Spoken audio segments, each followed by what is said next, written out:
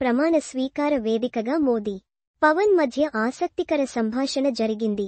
హిమాలయాలకు వెళ్లే ఆలోచన ఏమైనా ఉందా అని పవన్ను అడిగారు మోదీ.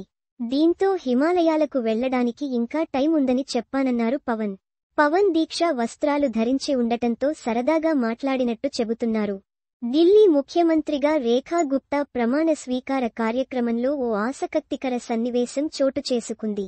ప్రధాని మోదీ, జనసేన అధినేత పవన్ కళ్యాణ్ సరదా సంభాషణ.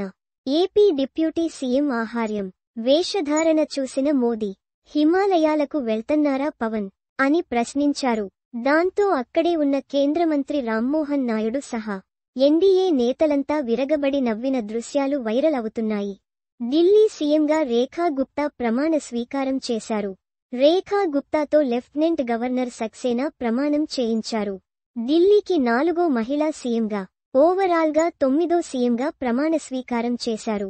సీఎంతో పాటు 6 మంత్రులుగా ప్రమాణం చేశారు. పర్వేష్ సాహిబ్ సింగ్ వర్మ, మంజీందర్ సింగ్ సిర్సా, రవీందర్ ఇంద్రాజ్ సింగ్, కపిల్ మిశ్రా, ఆశిష్ సూద్, పంకజ్ సింగ్ కూడా మంత్రులుగా ప్రమాణం చేశారు. వీరితో లెఫ్టినెంట్ గవర్నర్ సక్సేనా ప్రమాణం చేయించారు. రామ్ లీలా మైదానంలో ఢిల్లీ సీఎం ప్రమాణ స్వీకారోత్సవం ఘనంగా జరిగింది. ఈ ప్రమాణ స్వీకారోత్సవ కార్యక్రమానికి ప్రధానమంత్రి నరేంద్ర మోదీ, హోంమంత్రి అమిత్ షా సహా బీజేపీ, ఎన్డీఏ కూటమికి చెందిన ముఖ్యనేతలు హాజరయ్యారు. CM Chandrababu, deputy CM Pawan కళ్యాణ్తో పాటు ఎన్డీఏ పాలిత రాష్ట్రాల సీఎంలు, పలువురు డిప్యూటీ సీఎంలు హాజరయ్యారు. ఢిల్లీ అసెంబ్లీలో మొత్తం 70 స్థానాలుంటే ఏకంగా 48 చోట్ల బీజేపీ అభ్యర్థులు ఘన విజయం సాధించారు.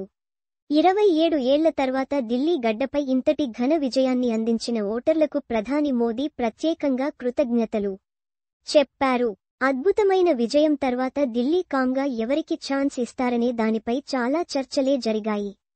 ఫిబ్రవరి 8న ఫలితాలు వస్తే నిన్న రాత్రి వరకు సీఎం ఎవరనే సస్పెన్స్ కొనసాగింది. చివరికి తొలిసారి మ్లగా గెలిచిన రేఖా గుప్తా